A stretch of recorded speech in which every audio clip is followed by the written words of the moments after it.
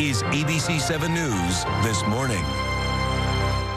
And former Governor George Ryan waking up in his own bed this morning for the first time in years. And George Ryan waking up at home instead of a halfway house. How it happened and what's next when we come back. As we have been talking with you about this morning, former Governor George Ryan wakes up in his own bed today for the first time in more than 5 years.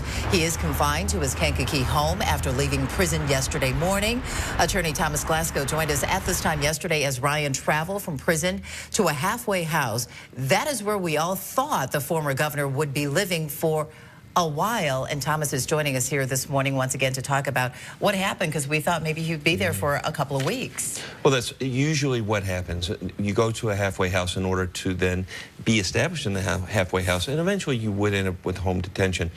Who makes the determination whether or how long you stay in the halfway house is the director of the halfway house. So he would have to report there anyway in order to discern how long he was going to stay or if he was going to stay. This was a good use of Bureau of Prison resources in that he really doesn't need check writing skills. He really doesn't need to know how to build a resume. He was a governor of the state. So for him to go to his home at 78, he's been granted retirement status, so he doesn't have to search for a job.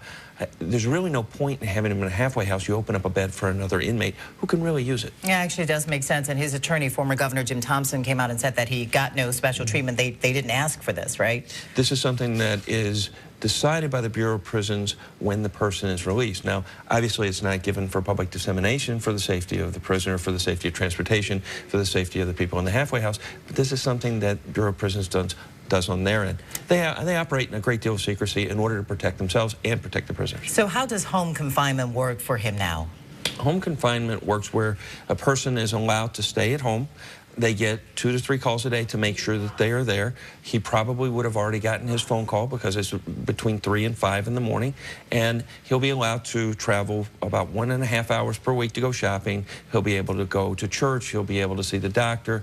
But for the most part, he will have to stay in his house. Okay, and this will last until his sentence is officially over? His sentence is over July 4th, but then he will start his period of mandatory supervised release for approximately a year. And the travel restrictions will change, but he'll still have to report to a probation officer. He'll still have the strictures of the courts in order to make sure that he doesn't violate. Excellent. Thank you for clarifying all of that for us this morning, Thomas. Always good to see you. Right now, we're going to check weather and traffic for you.